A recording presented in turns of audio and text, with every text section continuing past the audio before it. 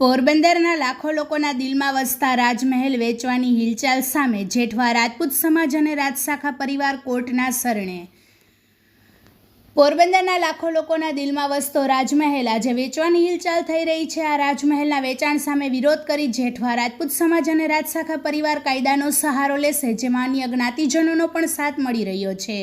તારીખ 21 નવેમ્બર 2024ના રોજ હાલ પોરબંદર હુજુર પેલેસ રાજમહેલ ખાતે વસવાટ કરતા હરેન્દ્ર ડી સિલ્વા દ્વારા અમદાવાદની વાડિયા ઘાટી એન્ડ કુના વકીલ શ્રીનાથ પારેખ પાસે પ્રોપર્ટી ટાઇટલ ક્લિયર સર્ટિફિકેટની માગણી કરવામાં આવી હતી।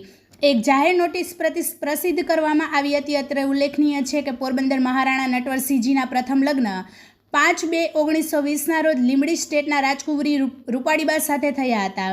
તેઓના લગ્નના 21 વર્ષ બાદ પારણું ન બંધાતા મહારાણા નટવરસિંહજીએ તેમના શ્રીનગરના ભાયત શિવસિંહજીના પુત્ર બાલસિંહજી, જેઓ પોરબંદરના પોર્ટ ઓફિસર તરીકેની ફરજ બજાવતા હતા, તેઓનું રાજપૂતી પરંપરા મુજબ દત્તક વિધાન અને રાજતિલક કરવામાં આવ્યું હતું અને યુવરાજ ઉદયભાણસિંહજી તરીકે પ્રજા સમક્ષ ઘોષણા કરવામાં આવી હતી। તેમના લીંબડી સ્ટેટના રાજકુંવરી પ્રેમકુંવરીબા સાથે 30/6/1941ના લગ્ન કરવામાં આવ્યા હતા।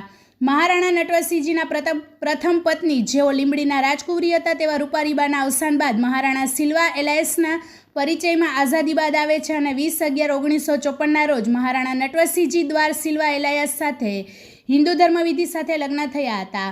અનંતકુંવરબા નામ ધારણ કરે છે અને 1954માં થયેલ લગ્નમાં મહારાણી અનંતકુંવરબા દ્વારા લગ્ન પહેલાં થયેલ બાળકની પ્રાપ્તિ સાથે તેઓ પોરબંદર પધારે છે, જે મહારાણા નટવરસિંહજી દ્વારા પુત્ર પ્રાપ્તિ થયેલી ન હતી, જે અનંતકુંવરબાના પ્રથમ લગ્નની સંતાન પ્રાપ્તિ હતી અને તેમના આગલા લગ્નના પુત્રનું નામ હેરી ઉર્ફે Harendra Kumar Aneurin Domingo de Silva નામ છે, જેઓનું ક્યારે પણ મહારાણા નટવરસિંહજી દ્વારા તેમના જીવનકાળ દરમિયાન ન તો દત્તક વિધાન કરવામાં આવેલું અથવા ન તો રાજતિલક કરવામાં આવ્યું હતું। તેમ છતાં હેરી ઉર્ફે Harendra Kumar Aneurin Domingo de Silva દ્વારા તેમના અંગત સલાહકારોની સલાહથી પોરબંદર રાજ પરિવારની અંગત મિલકતો બાબતે રાજવી પરિવારના કોઈપણ સદસ્યને તેમજ પોરબંદર જેઠવા રાજપૂત સમાજને વિશ્વાસમાં લીધા વગર ટાઇટલ ક્લિયર માટે અરજી કરવામાં આવી હોવાનું જાણવા મળે છે। ત્યારે હવે પોરબંદરના લાખો લોકોના દિલમાં વસતો તેમજ દરિયા અને કુદરતી આફતો વચ્ચે પણ અડીખમ ઊભો રહેનાર રાજમહેલ વહેંચવાની હિલચાલ થઈ રહી છે। ત્યારે બોગસ વિલ બનાવી તેના આધારે આ રાજમહેલ વેચવાની હિલચાલ થતી હોવાના આક્ષેપ સાથે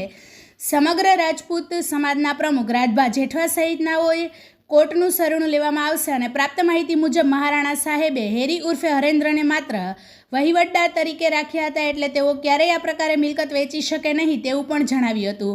પોબડનારના રાજવી પરિવારના અસ્તિત્વની આ લડાઈમાં રાજશાખા પરિવાર પણ સામેલ થયા છે।